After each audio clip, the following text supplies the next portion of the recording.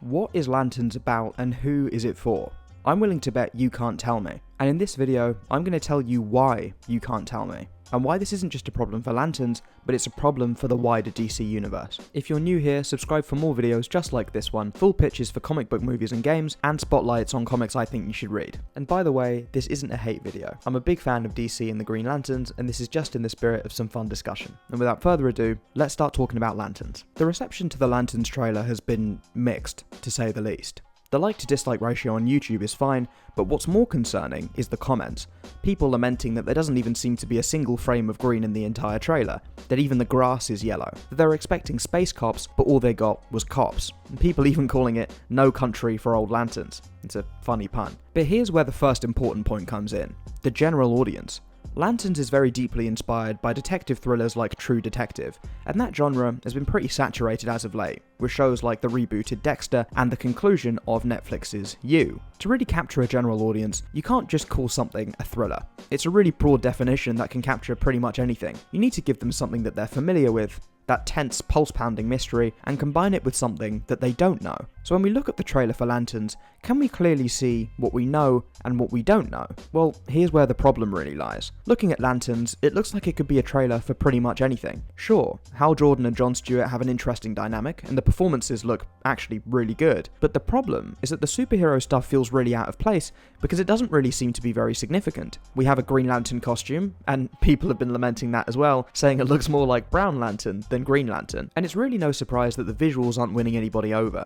After all, the 2010s were plagued with grey, bland, desaturated takes on superheroes. Think about movies like Captain America Civil War. Everything looked really grey and washed out for the purposes of a cinematic effect, and it seems like Lanterns is going through the exact same thing. The visuals don't make you think of a gritty detective show, they make you think of a show stuck in the past. And when DC's own projects like Superman and Supergirl are colourful and vibrant, I don't really understand the choice of colour here in Lanterns, especially when colour is so important to the Lanterns IP, as we'll get onto in a little bit. But more importantly, we don't really know what the Green Lantern ring does, who uses it, and why it's important. For a general audience who's barely ever heard of Green Lantern, this show doesn't really scream unique, sci-fi, exploratory, emotional.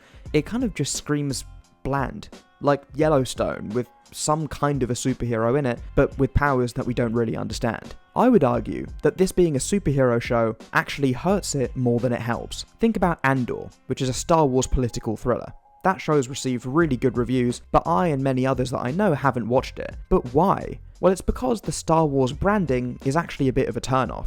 I like good TV, and I know loads of people who are really interested in a brand new show they can really sink their teeth into, but the Star Wars IP hasn't really been doing very well as of late, and Star Wars Andor is less appealing than a show just called Andor.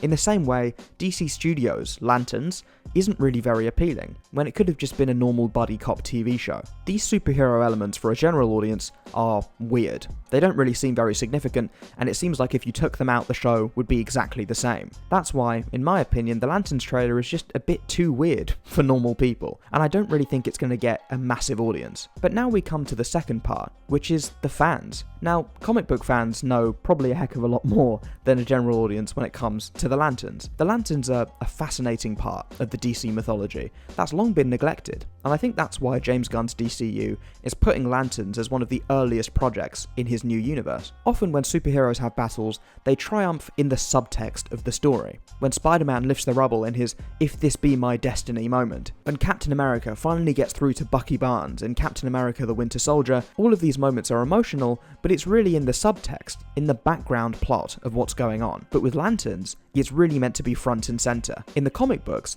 the Lanterns wear bright, saturated, colourful suits, with each colour representing a different part of the broad emotional spectrum. In no other comic book franchise can you see green, the colour of pure will, triumphing over red, the colour of pure anger. Sure, villains have costumes, but the colour of their costumes doesn't so clearly denote the emotions that they're meant to be representing. In that way, Lanterns is a fascinating franchise, but it doesn't really seem like the TV show is leaning very much into that. Looking at the relationship between Hal Jordan and Jon Stewart, it seems compelling enough, but Hal Jordan doesn't really seem to be referencing, or side by side with some of his best friends like Kilowog, who's a big pig-like creature wearing a lantern ring. The problem doesn't just apply to the zanier and more out there allies of the Green Lanterns, it also applies to the villains. The downfall of Sinestro, from a respected Green Lantern to using a yellow lantern and giving in to the power of fear, is much less compelling when everything just looks dull. And that also extends to other lanterns, like the orange lanterns representing avarice, or the red lanterns representing rage. And if there is more colour to be found,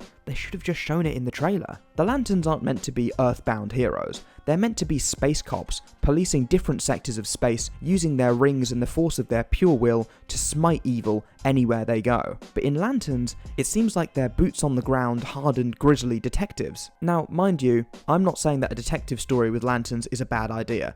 In fact, I think it could actually be really good, but I would rather see an episodic format, where the lanterns uncover a series of crimes or murders across an interplanetary scale, planets with different appearances, organisms and physics, and encountering different members of the different emotional spectrums of the lanterns, like blue lanterns representing hope, or pink lanterns representing love. Now maybe that kind of scale is unrealistic for a live action TV show, the budget would just be too high, but then I wonder why this isn't just an animated series. After all, the DCU has already delivered Creature Commandos, and Rick Flag from Creature Commandos crossed over into live action during James Gunn's Superman, so I feel like you could make a case for a similar thing happening here. So the Lanterns trailer is a bit too weird for normal people, but it's not weird enough for fans.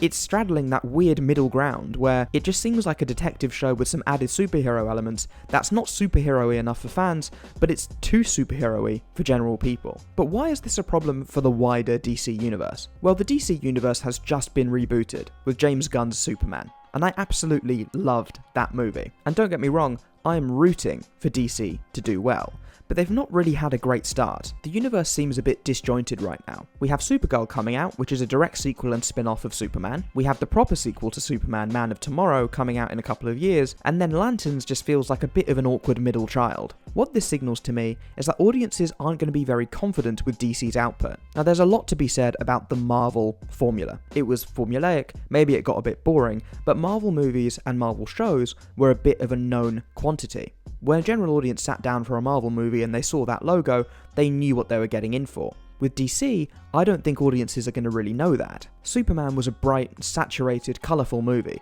featuring, ironically enough, Guy Gardner's Green Lantern. And he was using his ring to form all sorts of constructs, and his character was actually really fun. It dealt with zany concepts like an anti-proton river and Baby Joey, who kind of looked like a baby zombie from Minecraft. By contrast, Lanterns is a desaturated, gritty, grey-looking TV show, earthbound, and not really featuring the intergalactic scope that defines the Lanterns in the comic books. Now, I'm not saying everything needs to be saturated and formulaic in the new DC universe, but it's more that the tone should match the comic book source material. A good example of where DC should be taking a darker tone is their upcoming Clayface movie, and that looks really promising, because a darker, gritty, R-rated tone really suits the character of Clayface and the mythology around him. So if that intergalactic scope is there, it should have just been in the trailer. If the known quantity is the detective thriller, the unknown of an intergalactic detective thriller would be endlessly appealing to general audiences and fans. But what do you think? Let me know in the comments what you thought about that Lanterns trailer, how you feel about the Green Lanterns in the comics, and if you think that the second trailer is going to be any better than the first. And if you want to hear how I build the DCU, I've got a full pitch for a Flash movie dropping sometime soon, so make sure to subscribe so you don't miss it. Thanks very much for watching.